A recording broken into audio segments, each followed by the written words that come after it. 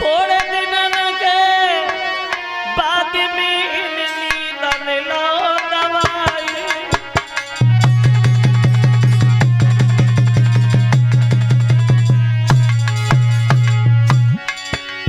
भोले बाबा की नारी रे वो नलिनी धोखा लगाई।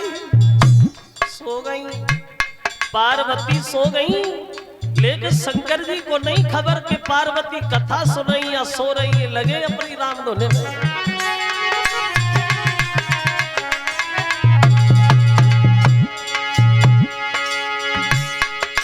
महाराज सोए गए शंकर जी की नारी, और उनके बदले भी कोई तोता भरने लगो ओंकार। हरि की लीला अपरंपार कथा उत कह रहे त्रिपुरारी। हरि की महिमा अपरंपार कथा उत कह रहे त्रिपुरारी।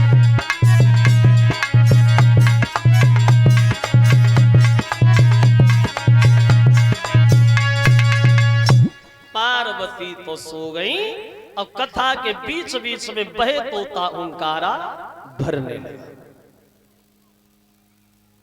कथा जब खत्म हुई तो भोले बाबा बोले अब काय को लेटी, अब तो तुम अमर हो गई, अमर कथा सुन ली, अब तुम्हें कोई नहीं मार पाएगा।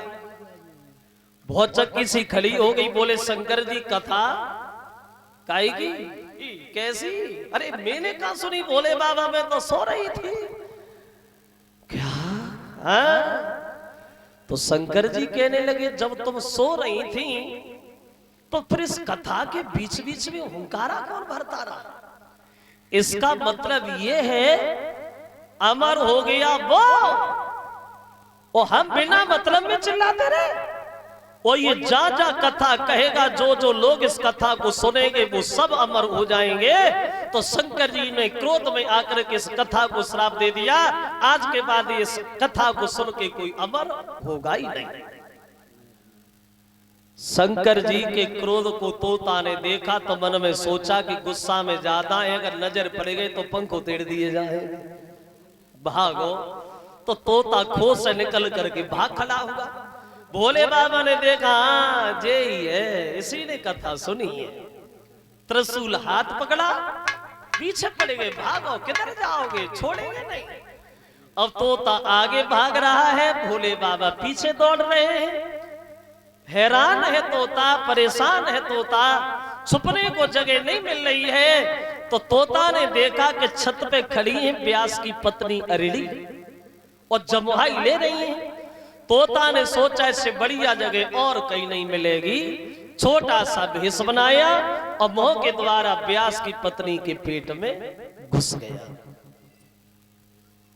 दौड़े दौड़े शंकर जी आए, व्यास इधर आ, अभी तुम्हारे घर में आके मेरा चोर छुप गया है, उसे निकालो बाहर फेंको, हमें उसे मारना है। तो व्यासी ने उत्तर दिया, माफ करना भोले बाबा, चोर तो हमने तो देखा नहीं, हम तो सुबह से घर पे ही बैठे, हमारे सामने तो कोई नहीं आया।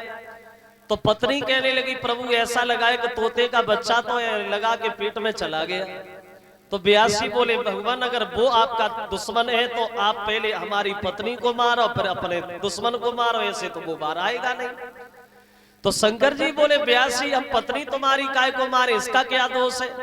हम इस तोता का इंतजार करेंगे, तोता पेट में कब तक रहेगा, हम तब तक जाएंगे नहीं जब तक ये बाहर नहीं आएगा। धूनी रमाई दरवाजे पे बैठ गए, बोले हमें करना ही क्या, जैसे उधर वैसे इधर, तुम अंदर हम बाहर। अब तोता इंतजार में भोले बाबा के और भोले बाबा इंतजार में तोता के, अब फंस गई व्यास की पत्नी बीच में। एक दो दिन नहीं, एक दो महीना नहीं, एक दो साल नहीं, उस तोता को पेट में छुपे छुपे 12 साल हो गए वहां, 12 साल। तो व्यास की पत्नी के पेट में दर्द शुरू हो गया। तो शंकर जी व्यासी से बोले, महाराज क्षमा करना, तुम जाओगे नहीं और तोता बाहर नहीं आएगा, लगता है कि तुम्हारे चक्कर में हमारी पत्नी भी गई, अब हम क्या करें।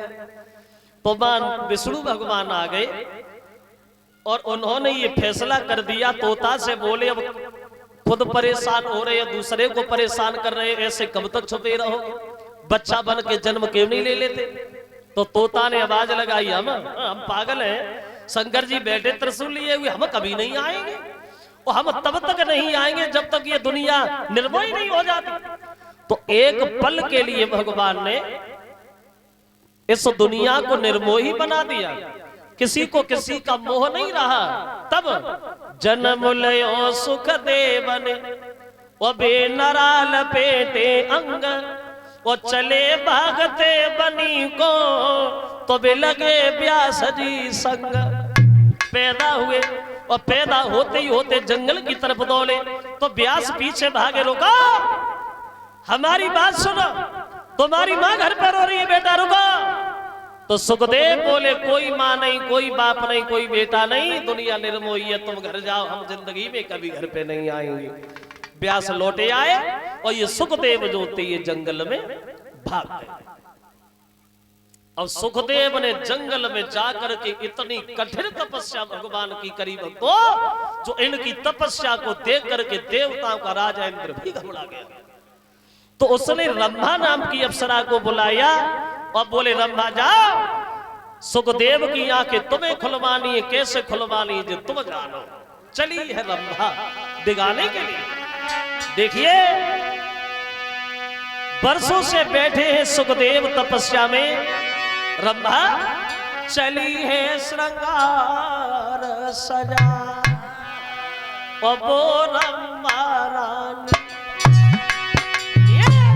चली है श्रृंगार सजा, रंभा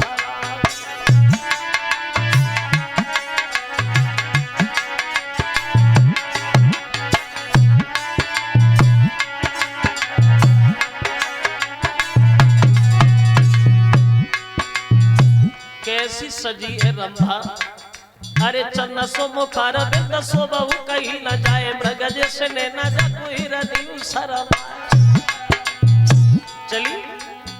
चली रंभा सुखदेव जी रहे थे सोए, खोले के बारे में कभी तरह को ले ले मोई, इंद्र ने पठाई में तो हो गई में को आई। हंसी हंसी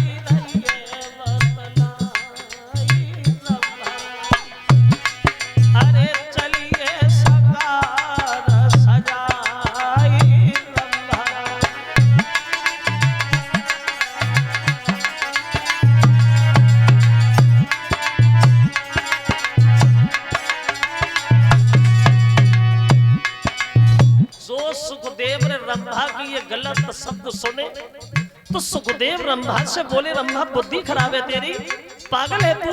और सुखदेव कहते हैं, अरे बोले सुखदेव तू तो धर्म की लागे मात, और देखेंगे असराप भस्म हो जावे वो तेरो बात, सोई दिल में गई है घबराई रंभा, अरे चलिए संगार सजा वो रंभा।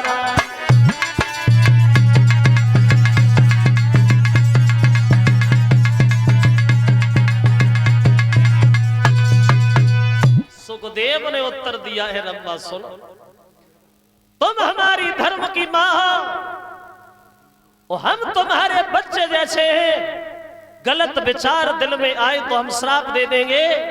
तो श्राप का नाम सुनकर के रंभा डरी गई और ये पैसे वापस लौट गई। सुखदेव की तपस्या सफल हुई वहां।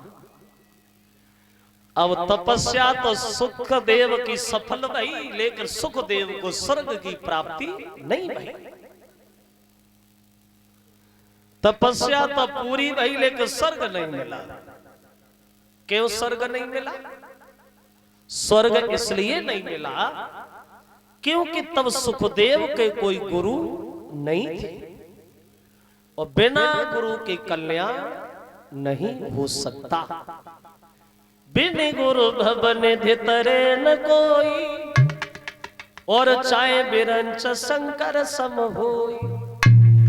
तुम तपस्या करो, तपस्या के बल से शंकर जी के बराबर बैठने के योग्य क्यों ना हो जाओ, लेकिन गुरु नहीं है तो कल्याण नहीं है। जीवन में हर आदमी को अपना गुरु बनाना अति आवश्यक होता है, चाहे वो उम्र में छोटा हो चाहे वो उम्र में बड़ा हो। गुरु गुरु होता है। गुरु उभे लोक का नाता है, जो चेला को राह बताता है। और जिस चेला का गुरु ही न रहा और वो नष्ट भ्रष्ट हो जाता है। जिसने गुरु नहीं बनाए उसके घर में कभी शांति हो ही नहीं सकती। पुरानी कहावत है, लोग कह भी देते हैं, पानी पिए छाने के गुरु करे जाने। वैसे अगर सोचो तो ये बिल्कुल उल्टा कहते हैं। अब खुद अंदाज लगा, तुम पानी भरे के लाओ, घरे रख जाओ, बाहर निकल जाओ, कुत्ता वहां पेशाब कर जाए, फिर तुम वहां छान ले और पी जाओ, वो अच्छा नहीं। पानी पिए जाने के, ये पानी पीने के लायक है या नहीं है? पानी पिए जाने के और गुरु करे छाने के। गुरु को जितो छानो उतना ही कम है, क्योंकि वो जमाना नहीं रहा, अब जमाना बदल गया। पहले चेला मुसीबत उठाते थे गुरु को बनाने के लिए, अब चेलाओं को तकलीफ नहीं उठानी पड़ती है, गुरु घर बैठे ही आ जाते हैं। गली गली गुरुआ फिरे, चेला गुरु मंत्र ले और नरक जा चाहे स्वर्ग जा, पर हमें दक्षिणा दे। ओ मरो और चाहे कुआं में गिरो, हमें चाहिए पैसा। लेकिन ये गुरु सब कुछ अलग है। देखिए